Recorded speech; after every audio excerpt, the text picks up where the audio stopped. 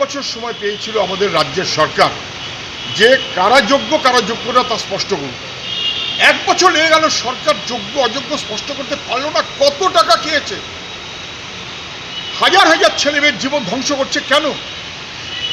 কিছু অযোগ্য অপদার্থ যাদের টাকা নিয়ে চাকরিতে ঢুকিয়েছে রাজ্য সরকার এবং শাসক দল, তাদেরকে রক্ষা করার জন্য যারা যোগ্য তাদেরকে খারিজ করতে হলো। সরকার দাঁড়ালো অযোগ্যদের পাশে, সরকার যোগ্যদের পাশে দাঁড়ালো না, অযোগ্যদের বাতিল করার মনোভাব নিল না। সরকারের অপদার্থতা, তার জন্য এই সমস্ত চাকরি প্রার্থীরা, চাকরিজীবীরা কার্য তারা বাতিল হয়ে গেল। 3,000, 4,000, 5,000, 6,000 তাদের খারিজ করাটা উচিত ছিল। সরকার করলো না বলে আজকে সুপ্রিম কোর্টে আমাদের রাজ্যের মুখ খুলল। শুধু না, আমাদের ছেলে মেয়েগুলো তাদের কী হবে, তাদের টাকা ফেরত দিতে বলেছে। এসএসসির 2016 পুরো প্যানেল বাতিলের যে কলকাতা হাইকোর্টের রায়, তা বহাল রাখলো সর্বোচ্চ আদালত। অর্থাৎ 25,752 জনের চাকরি বাতিল। ব্যাপক পরিমাণে দুর্নীতি হয়েছে বলে জানালেন সর্বোচ্চ আদালতের প্রধান বিচারপতি। যারা অন্য সরকারি দপ্তর থেকে এখানে এসেছিলেন তারা পুরনো জায়গায় যোগ দিতে পারবেন এবং 3 মাসের মধ্যে এই কাজ শেষ করতে হবে বলে জানিয়েছেন মহামান্য প্রধান বিচারপতি সর্বোচ্চ আদালতের। আমি সরাসরি যোগাযোগ করতে পেরেছি আইনজীবী ফিরদৌস শামীমের সঙ্গে। আমি শামীমদা, এই বিষয়টা আপনার থেকে বুঝতে চেষ্টা করছি। একেবারে কোর্ট তো তার ডাইরেকশনে এই কথাও বলেছে যে টেন্টেড যারা, তারা প্রত্যেকে চাকরি তো গেছে, এবার টেন্টেড যারা তারা তাদের বেতনটা ফেরত দিতে হবে 4 বছরের। এইবারে তার তো একটা নির্দিষ্ট সংখ্যা রয়েছে, সেটা 5,400, 450 ইত্যাদি হতে পারে। তাহলে তারা যদি টেন্টেড হয়, বাকিরা আনটেন্টেড। এরপরেও পৃথকীকরণটা কেন করা গেল না? সমস্যাটা কোথায় হলো? দেখুন, এই সরলীকৃত রূপ ধরলে হবে না। এটা হচ্ছে চিহ্নিত 3টে ক্যাটাগরির মানুষ যারা টেন্টেড হিসেবে চিহ্নিত হয়েছে। সেটা কারা? After expiry of the panel যারা চাকরি পেয়েছেন, নন লিস্টেড ক্যান্ডিডেট যারা চাকরি পেয়েছেন, আর সিবিআইয়ের উদ্ধার করা ওএমআর শিটে যাদের নাম্বার বাড়ানো হয়েছে তারা হচ্ছে চিহ্নিত। এখন অনেকেই বলতে পারেন যে তাহলে সিবিআইয়ের উদ্ধার করা ওএমআর শিটে যারা চিহ্নিত হলো সেটার ভিত্তিতেই তো অ্যাসেস করা যেত। কিভাবে সম্ভব হবে? সম্ভব এই কারণেই হবে না, তার কারণ এইটা সিলেকশন প্রসেস কন্ডাক্ট করেছে এসএসসি। সে ফিজিক্যাল ওএমআর শিটের ফিজিক্যাল কপি রাখেনি।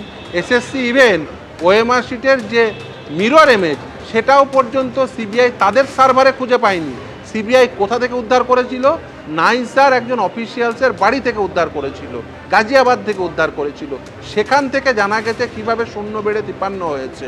ফলে যারা চিহ্নিত হয়েছে এইভাবে সিবিআইয়ের উদ্ধার করা ওএমআর শিটে হার্ড ডিস্ক থেকে যে ওএমআর শিট পাওয়া গেছিলো সেখান থেকে, আর after expiry of the panel non listed candidate, এইগুলো কিন্তু এসএসসি টাইম টু টাইম তারা এফিডেভিট দিয়ে জানিয়েছিল। ফলে এই যে চিহ্নিত সংখ্যাটি, সেই চিহ্নিত সংখ্যার বাইরেও কিন্তু ইলিগালিটি রয়েছে। যেমন সিবিআই রিপোর্ট দিয়ে বলেছে, সিবিআই রিটেন সাবমিশনে বলেছে ইন্টারভিউয়ের মার্কস ম্যানিপুলেশন হয়েছে। সিবিআই বলেছে যে ধরুন এই টাইপিং টেস্টে যাদের দায়িত্ব ছিল, যাদেরকে দেওয়া উচিত ছিল টাইপিং টেস্ট করার দায়িত্ব, তাদের না দিয়ে এজেন্সিকে দায়িত্ব দেওয়া হয়েছে টাইপিং টেস্ট করানোর। ইভেন শুধু তাই না, ওএমআর শিট মূল্যায়িত হয়েছে যে সংস্থাকে টেন্ডার দিয়ে দায়িত্ব দেওয়া হয়েছিল সেই সংস্থার দ্বারা। তার মানে আমি এইটা একটু আপনার থেকে বুঝতে চাইছি, এই যে প্রায় 5,400-র মতন যে তালিকা এসএসসি দিয়েছে, এইটা হচ্ছে চিহ্নিত। এইবার বাকি যেটা রইল, ধরুন 20,000-এর মতন, তার মধ্যেও তাহলে এইরকম থাকতে পারেন যারা অযোগ্য, মানে ধরুন মেয়াদ উত্তীর্ণ প্যানেল থেকে চাকরি পেয়েছেন বা সাদা খাতা জমা দিয়ে চাকরি পেয়েছেন। এই 20,000-এর মধ্যে সেই সংখ্যাটা কত সেইটা সুনির্দিষ্ট নয়। একেবারেই সেটা সুনির্দিষ্ট নয়, এবং সেটা সুনির্দিষ্ট করার ক্ষেত্রেও কোনো পদক্ষেপও নেয়নি। এই আপনি যদি কলকাতা হাইকোর্টের প্রসিডিংস দেখেন এবং সুপ্রিম কোর্টের প্রসিডিংস দেখেন, আদালত বারবার একটি কথাই বলেছে যে আমাকে এফিডেভিট দিয়ে জানাও যে চিহ্নিত করে দাও বৈধ কারা অবৈধ কারা। এই বৈধ এবং অবৈধ এই চিহ্নিতকরণ করা সেটা সম্ভব হয়নি বলে এই পৃথকীকরণ সম্ভব হয়নি। পৃথকীকরণ তখনই সম্ভব হতো যদি বৈধ এবং অবৈধ সেটি চিহ্নিত করা যেত। এবং শুধু তাই না, আপনি 3টে আর্টিকেল 12 অথরিটির আপনি যদি রিটেন সাবমিশন দেখেন, একটা এসএসসি, একটা বোর্ড, একটা স্টেট গভর্নমেন্ট, 3টে এজেন্সি আর্টিকেল 12 অথরিটি 3 রকম তথ্য দিচ্ছে। একজন বলছে 5,485, একজন বলছে 5,189, আর একজন বলছে 4,327। সংখ্যার পার্থক্য থেকে যাচ্ছে। সংখ্যাই তো আইডেন্টিফাই করে দিতে পারছেন না। এরপরে ইন্টারভিউর মার্কস ম্যানিপুলেশন বলেননি কতজনের হয়েছে, রেশিও ভায়োলেশন কতজনের করেছে তারা চাকরি পেয়েছে বলেননি, এই যে রিজার্ভেশন পলিসি মেনটেন না করার ফলে কতজন বেনিফিট পেয়েছে বলেননি, টাইপিং টেস্টে কতজনের মার্কস ম্যানিপুলেশন করেছেন বলেননি।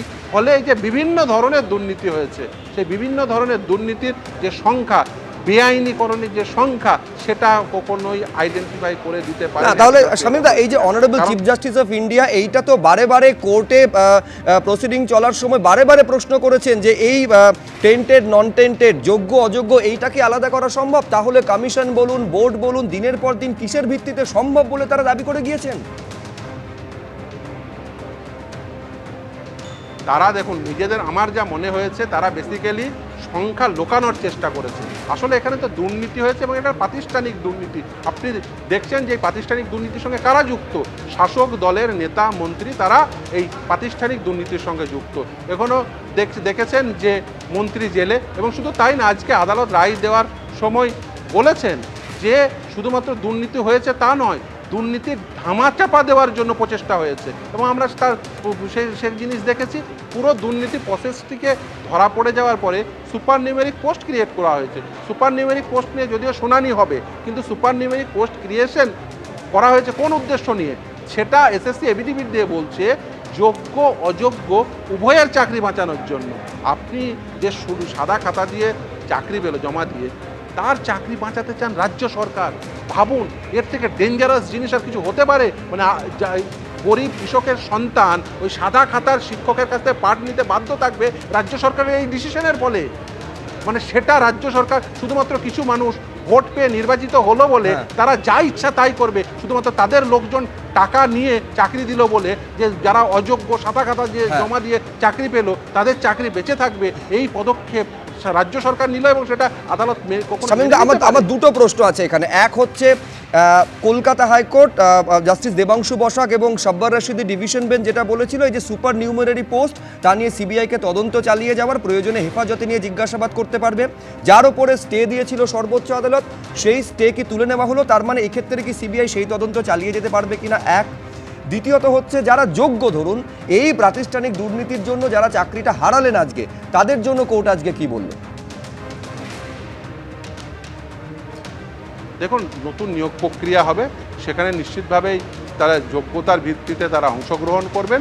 তারা যদি অংশগ্রহণ করে তারা চাকরি পান, নিশ্চিতভাবে তারা নতুন করে চাকরি করবেন।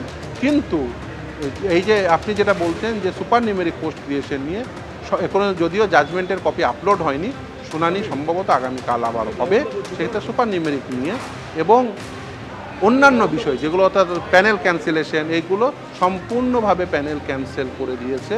এবং যারা টেন্টেড ক্যান্ডিডেট অর্থাৎ চিহ্নিত অবৈধ চাকরি প্রাপক রয়েছেন, তাদের প্রত্যেককে স্যালারি ফেরত দিতে হবে। যে নির্দেশ কলকাতা হাইকোর্ট দিয়েছিল, সেই নির্দেশই বহাল রেখেছেন সর্বোচ্চ ন্যায়ালয়।